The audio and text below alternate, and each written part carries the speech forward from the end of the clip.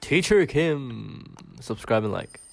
Hello, students, teacher Kim Hobani, and today we'll be learning about tensification. What is tensification? One of the biggest example is when we say 몇 번이나 이거 할래? Which is when your mom is angry and let's say you didn't wash your clothes. You can say, oh, 호빈아, why don't you do this? 몇 번이나, like make me do it. Okay? And 몇 번이나 is how many times. But 몇 번 is the way we say it, right? But when we try to write into Hangul, it is 몇 번, not 번, which is a 쌍비호. Okay, so why is it when we say it, it turns into 쌍비호 when it's only 비호?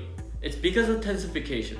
Because when there is something called plosive consonants, which are consonant produced by stopping the flow of air at some point and suddenly releasing it, which are consonants such as 기역, 디귿, 비호, 시호, or 지호.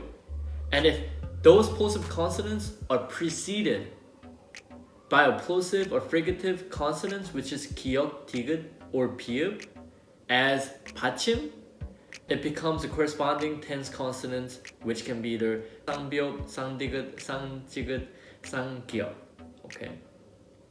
And other than 몇 번, it can be another word that can turn into this is 없다, which is I don't have it, or there's none. Okay, so if I want to say, for example, can you give me some tomatoes? And if I don't want to give that person, 나 토마토 없다, which is I don't have tomato, right? But where I write 없다 in Hangul is not 쌍 디귿, as 따 is, right? It's only one 디귿. Okay, 없다. But when we say out loud, it turns into 쌍디귿 because of tensification, because of the plosive sounds, and because those are consonant sounds are very aggressive and have a lot of air going out. That's why it naturally becomes 쌍디귿 or 쌍지호, which has a lot of emphasis on its syllables or on its consonants. Okay, so it just becomes natural that way. And then for tensification, if you were to learn Korean without actually learning Hangul, which is not something I would recommend, this would come naturally because all the Koreans say with the tensification. And when we write it down, we sometimes write it with the tensification if you're not very careful and if you don't have good knowledge of Hangul, which actually in Korea, a lot of Koreans for spelling, 받아적기, not a lot of people actually know the true 받아적기.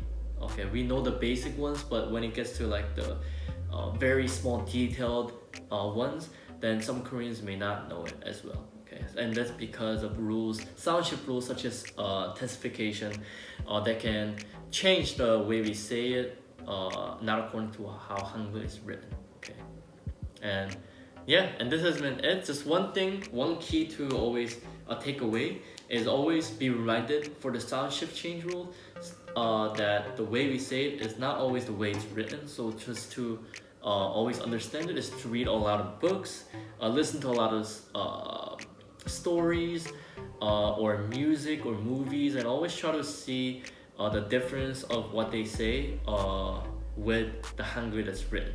Okay, and with that you will understand these rules way easier, and the next time when you see this video, hopefully you would already master this, so you don't even need to watch it, right? Okay, and just let me know down below if you have any questions.